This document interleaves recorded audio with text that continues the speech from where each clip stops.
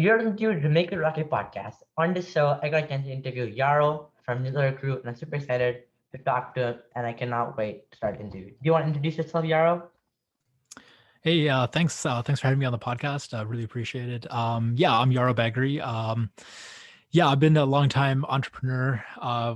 Have done a lot of smaller startups that failed, and yeah, I kind of want to take my shot at doing like indie hacking, like just solopreneur, just me myself, trying to make money online by building digital products. And there's like a whole like history behind why I want to do that, but like that's what I'm doing now. I run newsletter crew, and I'm building a few other products on the side that we'll probably get into. And I used to run a community called indiestack, which I launched on Product Hunt. I got first place. I got product of the day. It was pretty fun. It was my first product hunt launch. And then about 8 months later, I sold it to yeah, I sold it off. It was acquired by another awesome indie hacker, and I think she's gonna, she's making it into something that's even better than what I could have made it. So I'm really excited about that. So, yeah, it's kind of some background info about myself and kind of what I do. Yeah. Okay, that's an amazing interest, much better than mine. uh, so can you tell me more about Newsletter Crew? Like, what is Newsletter Crew?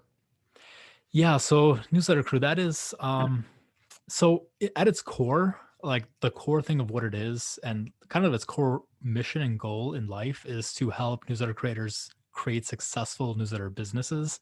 So as we know, like newsletters are becoming, one of the most popular things to start on the internet today as an indie hacker or pretty much like everyone's starting newsletters, right? Because there's a lot of reasons to start newsletters, and it's kind of a great entry point into building digital products. Um, I think newsletters are digital products in themselves. So I just wanted to help other newsletter creators build these digital products.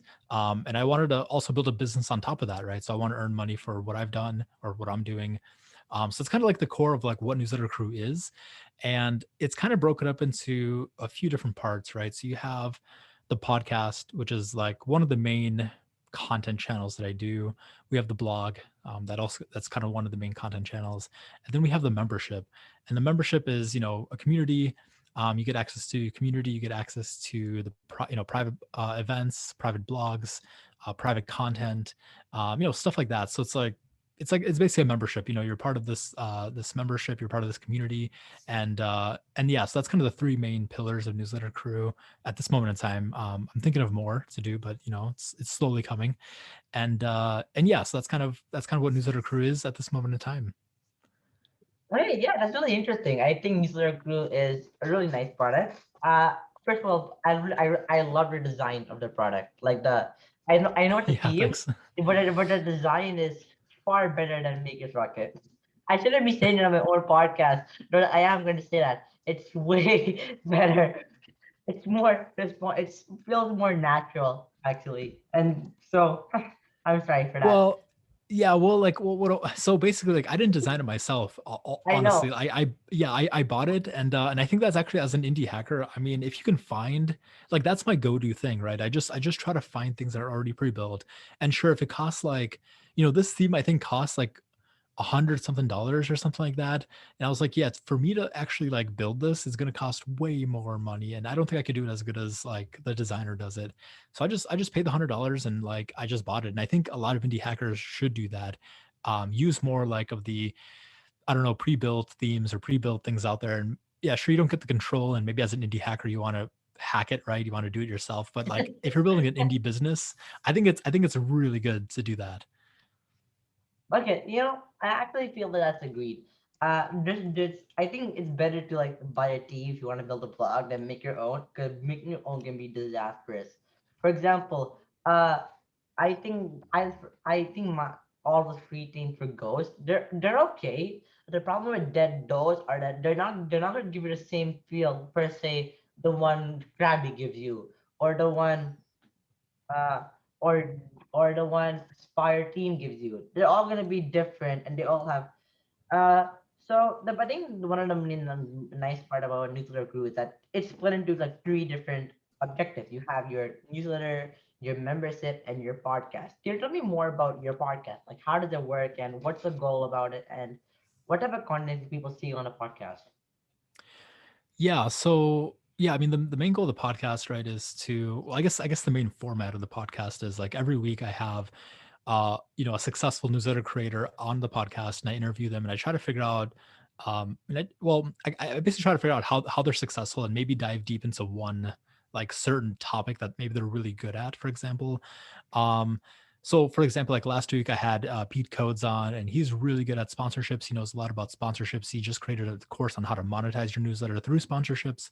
And he's making a good amount of money with his newsletter. So I just wanted to get him on and like talk about his methodology of sponsorships, like how he finds sponsorships, how he prices sponsorships, um, kind of his thought process on that, and maybe his mindset on that, because a lot of people don't have the mindset that he does. So yeah, so I mean, every week I just have a different newsletter creator on, and we talk about a different subject. That could be open rates, that could be growing your podcast, that could be monetizing your podcast, that could be improving like how to write your podcast better. I mean, write your newsletter better. I mean, there's like thousands of topics you can cover in the newsletter space, and that's kind of like the main goal is just to basically, I mean, it's to help newsletter creators through audio form. But I also would just want to be, in the ear of my audience more, right? So I want to be in their inbox. I want to be on their computer screen. I want to be on their phones. I want to be in their ear. I want to just try to be everywhere that they are at. And the podcast just really helps, like, you know, capture a certain audience or a certain, I guess, like, yeah. I mean, as a certain like time frame within the day. But yeah, I mean, I guess that's kind of it. Sometimes I have two people on. If it's like a three-person podcast, like I think just today I actually published episode 45 and I had Andrew Campy and Nia Henne on. And this one was really interesting because we all three of us met, and Nee just acquired Andrew's newsletter a few weeks ago, and we kind of really dive deep into like both sides of, why he acquired it, why Andrews decided to sell it, what the thought process was on how they came up with the price, like the contract, the due diligence process, like really like we just dove deep into this acquisition, and yeah, so we had three people on that, and but usually it's just like me and one other person, if that makes sense, but yeah, I Yeah, it mean, does make sense. So my podcast, I think so. If you don't mind me explaining mine, is that okay with you? The way I run mine. oh yeah, for sure, yep. Okay, so the way I remind that I like to focus on, so instead of getting indie hackers or like George, which focuses on sharing and destroy the business part, I feel like the best way to learn business, to learn something new, is being more casual with it. I feel like if you just say a boring, not boring word, but if you keep on going on one section about, oh, so I made this and this, indie hacker nice box for like that. But I feel like I think being more casual and connecting with your audience is much more easier to grow, and that's the motive when I make rocket, is that I want to be as casual as possible. We're still having business as my priority. Nice, nice. Yeah, and that's a really interesting way to go about the podcast because, like, for me, it's like almost strictly professional. Like, I should be doing more like playful style, like more just casual talking, and that's what podcasts are really good for, right? Like, I don't know, have you heard of like the My First Million podcast? I don't know if you listen to that. Um, I don't think so actually. Let me see okay, if I can find it. What is it called it's again? really good. My First Million. So I can type it in. My Yeah, thank you. I cannot write. I might have Oh, spelled okay. million wrong. Okay. My first million. All right. Oh, Yeah, and that one has. I've heard Yeah, of yeah, it. I you've just heard of never it. heard Yeah. of it. Yeah, it's It's a really common good, word. man. I just never. It's by the hustle.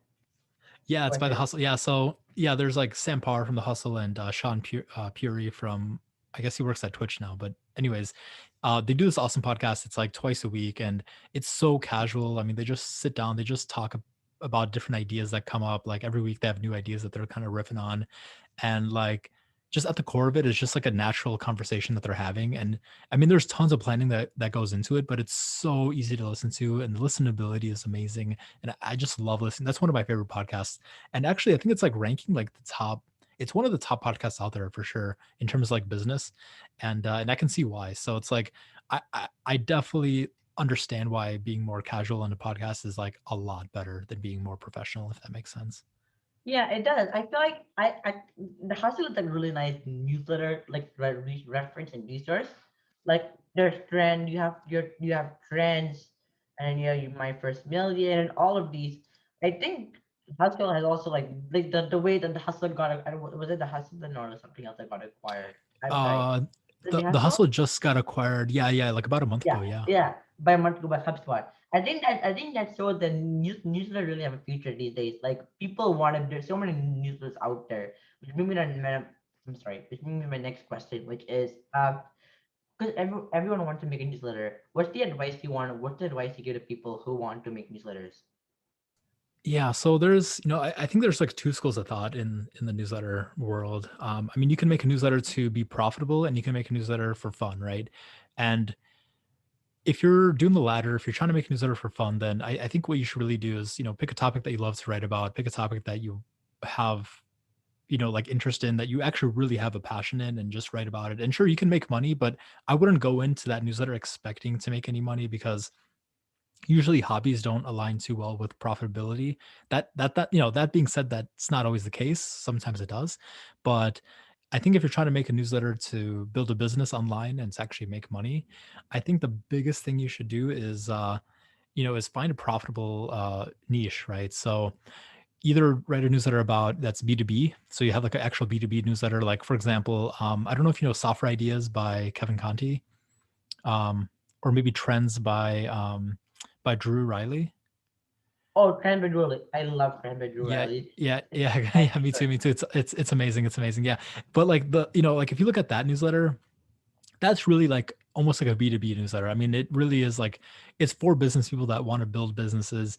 And the thing, and the membership that he sells is for people that want to, build businesses and find trends. I mean, the core of it is like business to business, and in the end what you get out is like something that'll help you build, either make more money or be more profitable in your business. And so if you're trying to make a profitable newsletter that actually is making a lot of money, I would probably stick to like B2B stuff, like real, like actionable insights that are, for businesses or for people that want to start businesses or in a certain niche.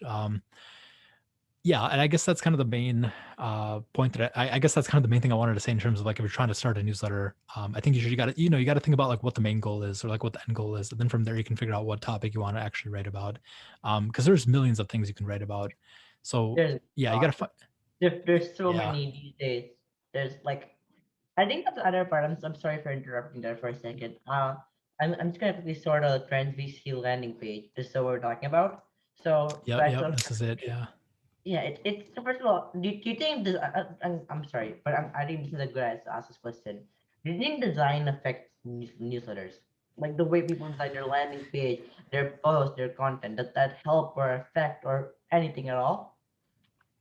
Yeah, I mean, and there's also different like methodologies on this as well. And I've seen tons of things, and I mean, I have a personal opinion. That doesn't mean it's, the right thing, but I think newsletters kind of like trends, like what we're looking at right now. I really like this because one, it's simple. The call, there's only just one call to action. It's just like subscribe. Like it's like get started. So you Yeah, put your it's just email, you like get this started. small form, and I actually forgot. I I think I unsubscribed accidentally a couple weeks ago because I had to click my email. I even like the way Nice. it.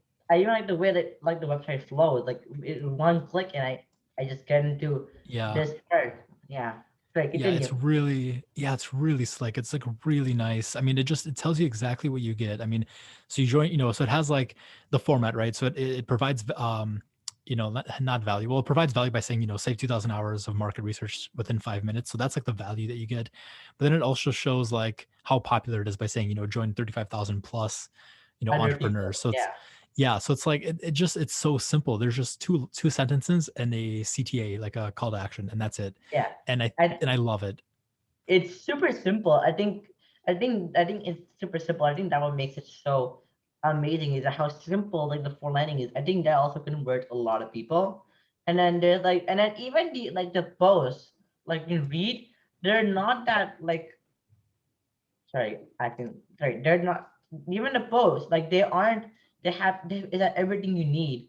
Like okay, it's simple. It tells you their call to action, not till the end. It tells you all the previous episode like the issues, opportunities, ideas. I think that what makes it better compared to other newsletters is that Trend really shows everything you want like properly without the need of you having to go anywhere else. Yeah, exactly, 100%. And like the news, yeah, like you said, the newsletter is just really simple, but there's just so much content in there. Like I don't know, it's one of the most perfect newsletters I've seen. I don't know if you've seen like Morning Brew. Morning Brew also has a really nice landing page. Also pretty clean, slick. The Slice has another one. The Slice.co has another really nice, like slick, just one page landing page. There's nothing like extra in there. There's only one big call to action. This one seems. Oh, I don't know This if is this is the actual a one. morning brew. Yeah. Uh, Maybe if you go to subscribe. Well, this I don't know if this is the actual, because Mm. usually you should, maybe they changed it since last time I saw it. Because this just seems to have like a lot of stuff on it. Yeah. Oh, here it This is. This one. the Yep. So this one. marketing This is brew. like, yeah, this is the marketing brew. Yeah. So this is the actual subscribe page. Like it's also same sort of like concept, right? It's almost like one to one to the trends that VC newsletter, and this is what I've been seeing as a trend in terms of like really popular newsletters, 2 sentences long. You got a heading, you got you got like what the what the value proposition is, you got a heading and you got a call to action, and that's it. Like it's so simple, but it Yeah, and works so well. yeah, and then it converts as well. Even the landing is so beautifully crafted, designed, the Yeah. color, and I think that would make it really nice. Because I think even if you were like no CS degree, for example, like for introductory codes, that website is also wonderfully designed and made. Sorry, I just had a hiccup for a second. Uh, Yeah, and this one is a little different because like yeah, no CS degree. It's I think it's just more than just a newsletter. It's I think it's he's trying to like double. It almost looks like it's like doubled as a blog, and obviously he's trying to sell courses on here. So it's a little different than like a pure newsletter. But I do like the really simple design that it has. It's nothing complicated. There's no ads everywhere. There's no pop ups that you're getting. I mean, I don't know. I like the simplicity of it. and then I want to build my own blog. I'm so sorry, but I want to know your feedback now. So what do you think about this landing page? Yeah. So this one, yeah, I like this as well. Um, it almost seems like so tags. I would almost get rid of like the tags at the side. Like almost, I would almost get rid of the sidebar and just have like Yeah, I should remove that. I'm planning on removing that in a in a few days. Yeah, thank you yeah. for my Other yeah. Oh Right. yeah, no worries. I mean, that's just something I because it just almost seems like almost like the less cluttered it is, just the easier it is to like figure out what to do. Yeah, and I Um, think but oh yeah, go ahead, go ahead. no, I'm so sorry. You can go. I was gonna say like and like the sidebar there adds just a little. I don't know, it just almost seems like it's a little too much. I mean, and I know Newsletter Crew has that as well, has a sidebar, but I don't know. I guess it depends. I'd be curious on how it looks with like the tags deleted, like just the complete right hand sidebar deleted, and Well, have all let's this find centered. out. I think that's the best part about Inspire Element. I can just quickly. I think Oh, there we go. then the problem is I have so much blank space here. So if I Yeah, yeah, I'm gonna remove one tag. I mean, it still converts. Like it'll still convert. It's just this huge blank spot, which can be edited with CSS though. Okay, yeah. Well, I mean, here you go. Here you go. yeah, I mean, I think you can do that. I think if you, well, I mean, I don't know if you could do this in the editor, like right now in Chrome, but like yeah, you'd have to center this so it's Yeah. so there's no blank spot. But I I would think center it a bit more like this, right, like right there. I don't.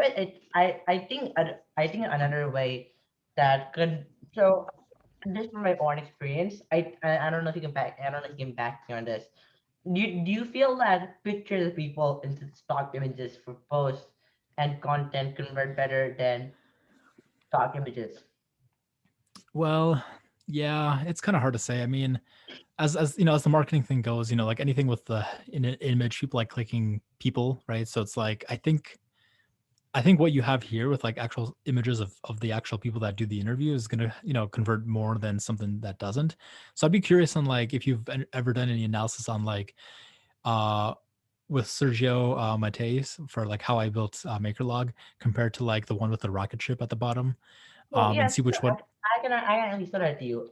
So basically, this way to work is that I don't look at my line too often. Though something I do, you can see here that the posts that have like the images are doing much better than the posts without images, Yeah. like the rocket ship one. You can see right here. So let me see here. So yeah, so for example, this one, you can see that a couple of days before there was no picture, it's getting 2112. This is before I actually launched the interview, and then you Hmm. can see and it gets there and then etc. I think And I'm sorry. Okay, I'm gonna cut this part out. I'm sorry. I'm sorry. Uh, Yeah, I'm super sorry. I'll see what's going on. no, Uh, no worries. as, as I was saying, I think this for the analytic part itself, I've done a few marketing testing on the fact, and I see that stock images don't really convert as well as normal images of people. Yeah. People, I take feedback from people. People say that no, because I feel like when you see a picture of a person, you can start to sense what the article is gonna be about, who they are, and it gives more personality to the interview. Hmm. So I'm gonna ask you a few questions about freeform questions, and then we'll move back to indie stack. Can you tell me Okay, for more sure. about yourself, like a upgraded introduction? Yeah. So like kind of like less of like the indie hacking introduction, more like just like the me as a Yeah, person introduction. yeah, you the person. Okay, yeah. Yeah, for sure, for sure. Yeah, that's awesome. So yeah, I mean, I'm 29 years old, so I'll be 30 this year. It's gonna be yeah, I'm getting old, man. It's crazy. So congrats on being 13 and like having such an awesome site and just getting started. Because when I was 13, I was just playing like World of Warcraft. So a lot like a lot better. I was playing Fortnite Um 6 months ago, so nice. I don't. It's okay. That doesn't really affect me as much as Yeah. in World of Warcraft. I've never. Yeah, sorry. Go on. Yeah. But yeah, so yeah, I'm 29 and I was born in Ukraine, so Ukraine, kind of right by Russia. I moved to America when I was 5 years old, so I've been here for I don't know what that is, like 24 years now or something like that. And so that's why you can't really hear an accent. I mean, I moved here so early where I don't really have an accent.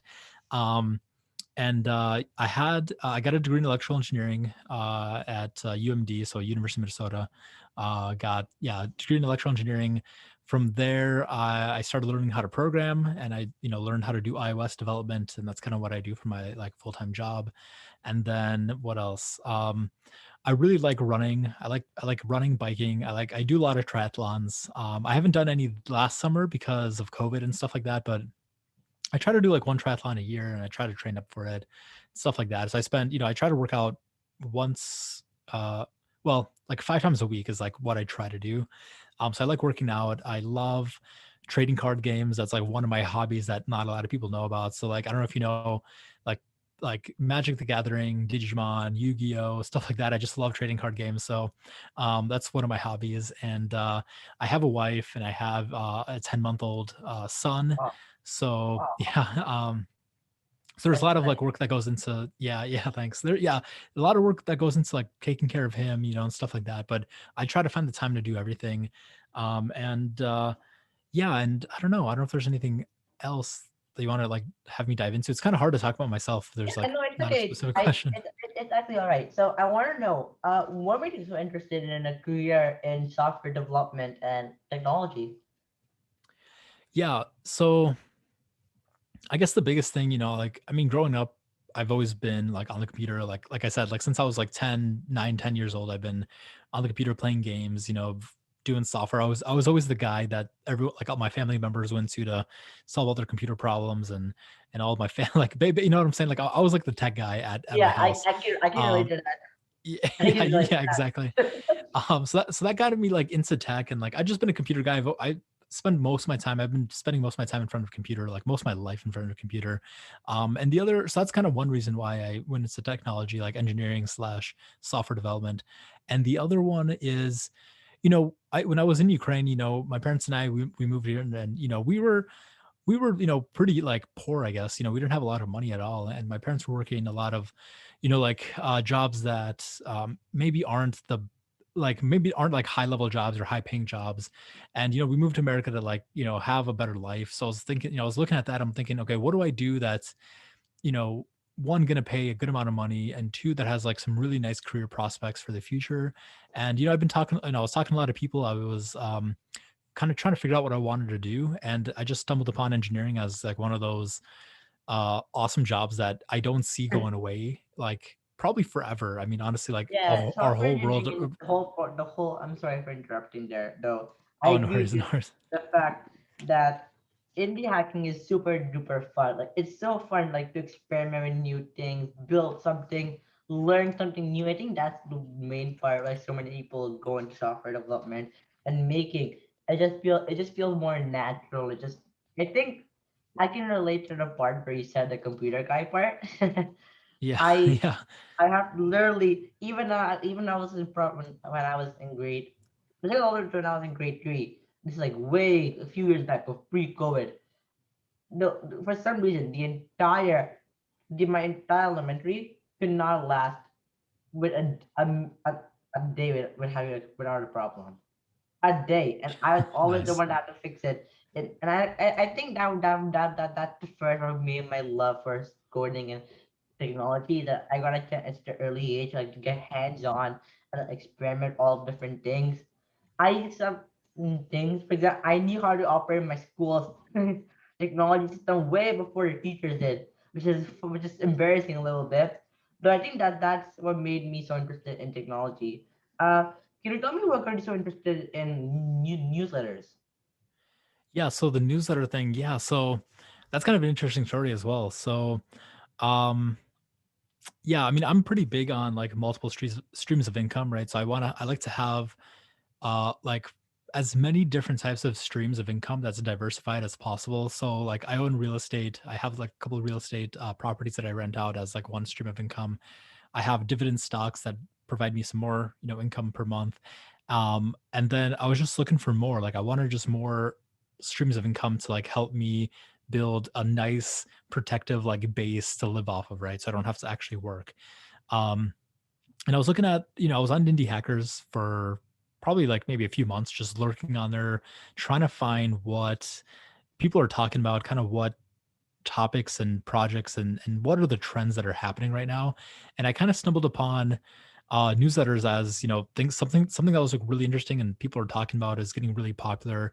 And then I figured out that people are making money off of it, right? So they're like, there's paid newsletters that are people making money off of, and there's sponsorship newsletters like free sponsorship newsletters that people are making money off of. And I was like, that got me really interested because one, it's another stream of income for me. Two, it's digital, right? So it's an actual digital product. And so it's diversified from my, stock dividends, and it's diversified from my real estate. So it's a completely different subject, right? So it adds more diversification to my income streams and you can make money off it. So I was like, okay, I'm going to try this and I want to actually start doing this and make, a newsletter that's making me like, let's say $500 a month is kind of what my goal was at the very beginning. And yeah, and I kind of started that, but I wanted to learn about it first before I kind of hopped into it. And I noticed that yeah, there's not too many like resources online, which is why I started Newsletter Crew to, to build those resources almost for myself, right? But that's kind of what got me really interested into newsletters is that it's a business that you can start digitally, remote, it's scalable, and it's you can do your passion. Like you don't have to you can still make money doing your hobby. It might just be a little harder, but you can still do it. So I just like all those things just really got me like I don't know, hyped up to do newsletters. I don't know, just it's just such an awesome business. Yeah, and that's interesting. I think that's the main part. A lot of people get into indie hacking and get so high level because, like, I wouldn't say high level, but what I mean by high level, like, people like the product because they can build it for themselves. Like, for example, MakeLog was built for Sergio at first. He wanted a place he could log his thoughts. And then now you can see it's a huge community for makers everywhere. And then there's so many products out there that sort of the people want for themselves, and then they're there and they make it for themselves, and then they eventually you find out people more and more and more people want it. What do you think of the? So I think that's really interesting. I really enjoyed into the story about why you're so passionate about technology and newsletters, and I want to know what is the most difficult part of building a newsletter? Yeah, the most difficult part about building a newsletter. So I think by far the most difficult.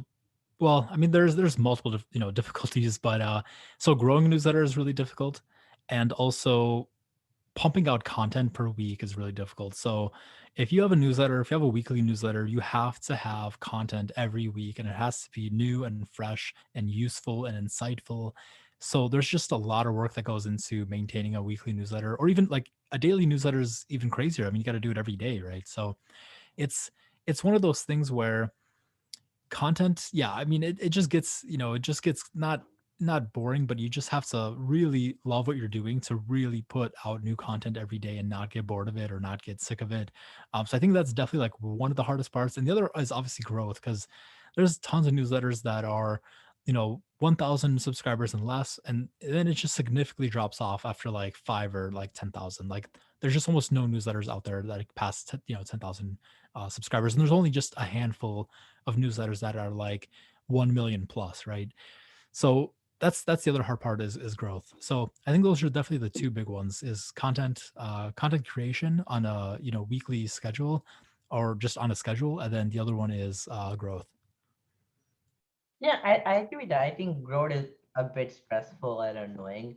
And there's so many wonderful blogs that out there that don't really get, so even though it's fun amazing or they're insightful, you don't I think that's the best part. I think the referral. Like you getting referral like word of like mouth is a bit more difficult to the fact like when you're building growth for a newsletter.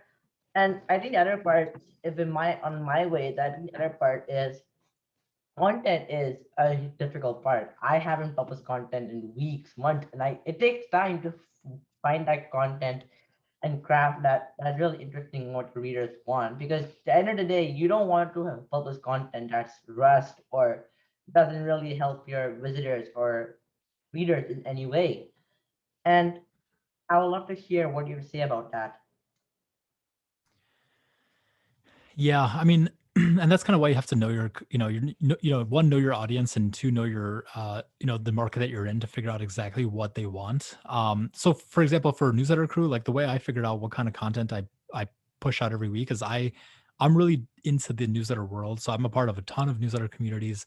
Obviously, like I run my own newsletter community at Newsletter Crew, and when I'm in there, I just, I get soaked up and I figure out what they're talking about, what the trends are.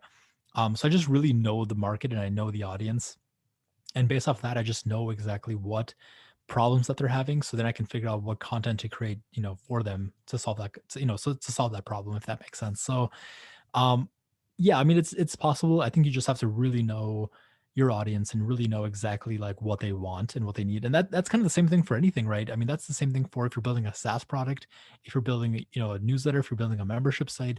I mean, yeah, you just have to know what your audience wants. So I think that's something, and that's something is it's learned, right? So it doesn't take a month. It might take a year. It might take 6 months. I don't know. It depending on how much history you have. But yeah, it just takes time to understand your audience, if that makes Audience, sense. yeah, and getting to know your audience is an important and huge part of building anything. I feel like so I think that's the best part about building products is that you want to build something that people actually want. I think the best way to grow and succeed is you want to have some sort of audience that's like ahead. Like I don't know how to say that, but you want some type of audience and you want to know the trends and everywhere. And I think that's the best way to figure out content. For me, correctly, what I tend to do is I try to figure out what are the current, like what you said, trends. What do people want to learn? Like if, like for example, right now we're talking about newsletter. Whereas let's say someone learn how to start their own newsletter, their own community, their own audience, and I think that's what I make rocket is about. And uh I know we talked about indiestack at the beginning a little bit and how you sold it. Can you talk about it a little bit? How the process of selling indiestack was? Yeah, yeah, I can definitely talk about that. Um, so I guess I mean I can kind of start off like on why I wanted to sell Indie Stack. So Indie Stack, itself, the business and the community, it's doing really well. Like the community itself was probably like in terms of like other maker communities I was a part of, it was really active. And the reason why I actually wanted to sell it and the reason why I sold it is I just didn't have enough time to upkeep it, if that makes sense. Because it does Yeah, take time to upkeep a community and to be a community manager, and that was kind of the big reason is I just didn't have enough time. I have a full-time job and I have a wife and I have a kid and then I run newsletter crew and and I'm starting another project, and then I had indie stack and I was like, there was like so much in my head that when I sat down on my computer, I just didn't know what to work on. Like there's just so much to do and there's so many tasks and so many things. It's like I just didn't have enough time. So I was like, what's one thing that I could, I could cut off from my, for my project life, right? For my project portfolio, hand it off to someone else that's like more passionate about it and that wants to grow it even, further and faster, and just hand it off to them, and obviously, get compensated for it because, it was making a decent amount of money. Um, so yeah, and that's kind of the reason why I sold it. And I used microacquire. I don't know if you've heard of microacquire. I've heard of It's a Microacquire. Yes, I've heard of it. you It's have, like a yeah, yeah, yeah. marketplace for SaaS products. Yes. Yep, yep, exactly, exactly. Well, yeah, I guess it's mostly for SaaS, but like I guess there's like other projects on there too because I sold indiestack on there, and I guess that's not like, I mean, I guess it's a SaaS. I mean, I it think is. so, I guess you're right. It's sort of a SaaS, not really It's though. yeah, it's not. Yeah, it's not really software as a service. It's more like community as a service, almost. I don't know how to explain it, but like, anyways, I sold it on microacquire. I mean, it did take a while. It took like I think about a month or a month and a half uh to sell it from like start to finish. So it wasn't like one of those things that you sell in like 1 or 2 days. It took a few weeks, it took a month and a half to do. Um, and yeah, I mean, I didn't sell for too much. It was like mid four figures. So I don't know, like, it was between like $4,000 to $6,000. So it wasn't like that much money. Bad Um, actually. oh I yeah, I mean wasn't, yeah. that's not bad. I mean that's it's less than a rent or enough to buy grocery expenses and I'd be nice. So I really had I had some questions about a lot of quick things. I'm gonna talk about them for the last 10 15 minutes of the episode. So basically, Okay. the first I'm, question is, uh, well, I pardon? might have to go. I might have to go in like maybe 5 or 6 minutes Yeah, or so so. I'll Okay. quickly just give a quick outro and just few last questions in here there. Okay. Uh, Nice, nice. so can you tell me what is your favorite product or something that you experienced online? My favorite product or experience online? Mm-hmm. Gotta If that think about question that. makes sense. Yeah, my favorite product. I don't even know. There's just so much stuff that I use. I mean, like an indie maker product or just like any Yeah, like product. any make a product that isn't the flow for newsletter crew. Like something that you depend on or like need for newsletter crew. Yeah. Okay. For sure. For sure. Yeah. That would 100%. It would be Ghost. I don't know if you heard of Ghost. It's like a publishing platform. That is the one. That's what Newsletter Crew is built on. Is it's built on Ghost. Two. I mean, it provides beautiful themes. Three. It has a membership feature, so you can actually like have a membership, like a paid membership on Ghost, which is amazing. Um, and yeah, I mean, it's just easy to use. It's fast. It costs like $10 a month to run with your own like DigitalOcean server. So I don't know. I think that's like for the last year, I've been in Ghost more longer than I've like been in all the other products that I use. So I think Ghost would be like number one product for me. Yeah, yeah, that makes nice.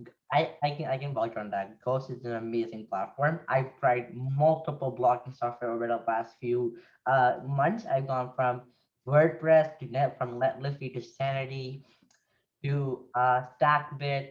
Yeah, I've been through so many different software, and I think Ghost really stands out with how simple it is, the membership features, and everything. So my second to last question is I should have asked a bit earlier. I forgot though. Well, what is the flow for new recruit? Like so I'm gonna share a whiteboard. So let's see. What's the flow for me? What's the flow for newsletter group? Like For what's the like first the step? Yeah, the step like this, and then the second step, and then the third. I'm just writing this down so it's easier for me. So can you quickly tell me what's the flow for like um group? yeah, so you mean like the steps to like go from 0 to 1 in terms of building the Yeah, business, the zero or to one, and the fact that so let's say there's an idea for a draft, and then the article, and then the interview. Like, let's say somebody wants to get more interviews. What's the best way to interact with people or like get in touch with people? yeah, so I mean, I guess yeah, I mean, there's a lot of a lot of different steps, but like in terms of the steps to get interviews, so when you're first starting off with the podcast, obviously you can't just go ahead and like, I guess I couldn't just go ahead and like talk to Bill Gates and be like, hey, Bill, Bill Gates, you want to be on my podcast?